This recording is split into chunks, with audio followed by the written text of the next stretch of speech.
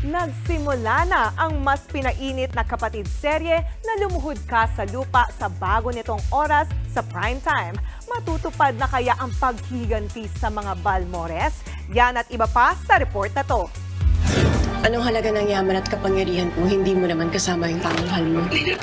Mas pinatinding mga eksena at umaatikabong komprontasyon. Gusto kong makita yung anak ko. Hindi ko ipagkakatiwala sa isang kriminal ang anak ko! Karapatan ko makita yung anak ko! Ilan lang yan sa mga inaabangan sa bagong yugto ng hit kapatid series na lumuhod ka sa lupa. At ngayong nasa primetime na ang serye, simula na rin ang panibagong dagok sa buhay ng mga bida. Congratulations, Norman de la Cruz. Malaya ka na. Ang bidang si Abra, played by Kiko Estrada, bantay sarado pa rin kay Benito Balmores na ginampanan ni Gardo Versosa matapos siyang subukang patayin. Tutuparin ko ang pangako sa kanya, Mercy. Proprotektahan ko siya. Dahil sa hukuman siya dapat magbayad.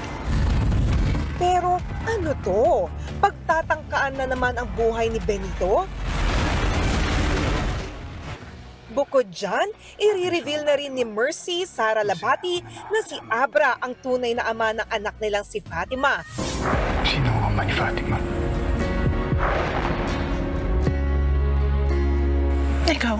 Ikaw, Norma. Ikaw nga pa ng espiritu, tinatakot ka namin sa sana pagpatay kay... Yun nga lang, makukulong din si Abra. Paano na ang paghihiganti niya sa mga Balmores? Tutok lang sa bagong time slot ng Lumuhod Ka sa Lupa, 7:30 PM, pagtapos ng Frontline Pilipinas, dito lang sa TV5. Ito ang isa pang nakaka-excite. Nag-uumapaw sa mga bigating artista ang much-awaited serye na Lavender Fields.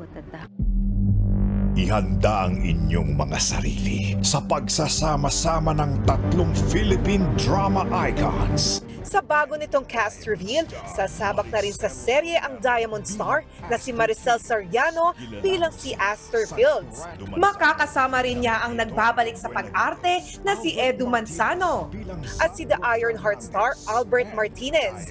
Magbabalik teleserye rin dito si Jolina Magdangal. Sila ang bubuo sa engranding cast ng serye na pagbibidahan ni Jody Santamaria, Jericho Rosales at Janine Gutierrez. Mapapanood din soon ang Lavender Fields dito sa TV5. Mga kapatid, Jania Lipon po, laging maging updated sa latest sa entertainment and lifestyle para maging una sa balitaan. Bisitahin at mag-subscribe na sa social media pages ng News 5.